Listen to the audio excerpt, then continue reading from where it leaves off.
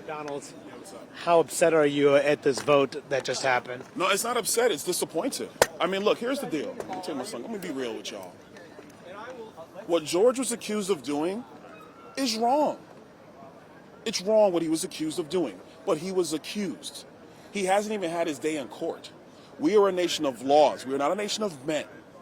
And if this institution is going to now ignore the rule of law because of political preferences and political decisions, it is going to be damning not just for the House, but it's going to be damning for the United States. We have a president of the United States who has flagrantly ignored the asylum law and has rewritten it to suit his own political interests and is destroying this country.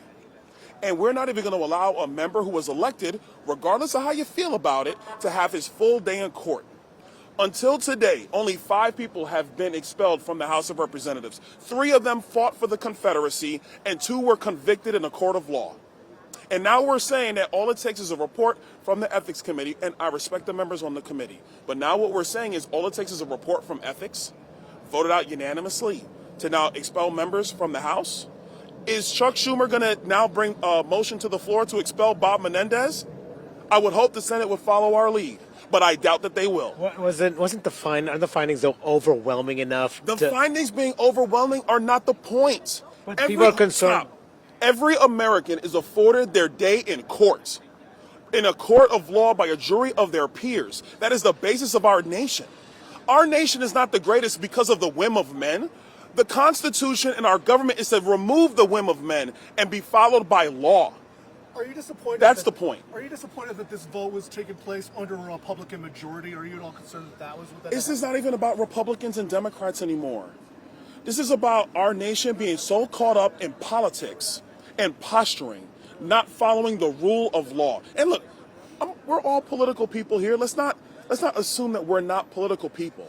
But the rule of law matters more than our own personal politics and our own personal grievances and our own personal issues in our own districts.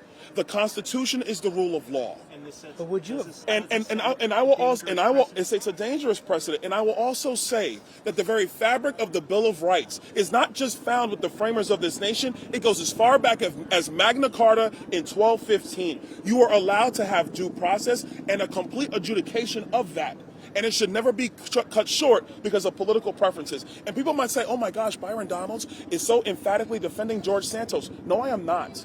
I am defending the rule of law and the rubric of a free people to govern themselves. And it can't be done by the whims of random politicians. That's how the Roman Republic fell. And if we continue these kind of actions, that's how this republic will fall. Aren't you just upset that you've got a smaller majority now? I mean, that's the reality of what's just happened. I mean, yeah, but that's the It's politics. make it much harder for you. That's the politics. I will never get upset about politics. I don't think you guys have ever really seen me this way.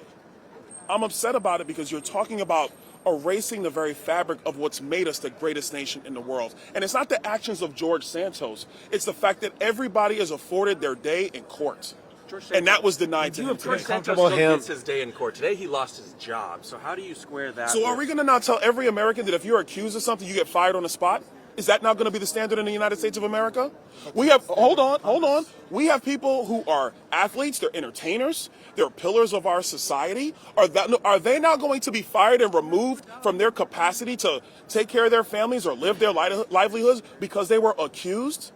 If that's going to be the standard in America going forward, I shudder for the future of our country. That should not be the standard. The Ethics Committee said his conduct was ethics- unbecoming. the Ethics The Ethics Committee is meant to police Manu, members, is it not? Manu, the Ethics Committee is not judge, jury, and executioner. But they police you guys. They also came out with their report that said that he should be condemned. That's what they voted 8-0 for. They didn't vote 8-0 in ethics for expulsion. They didn't do that. But not all your Next Republicans question. agree with you. And they're wrong. That's okay.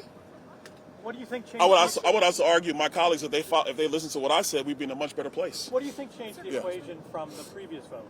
Say again? What do you think he survived the past 2 votes? What was different this time?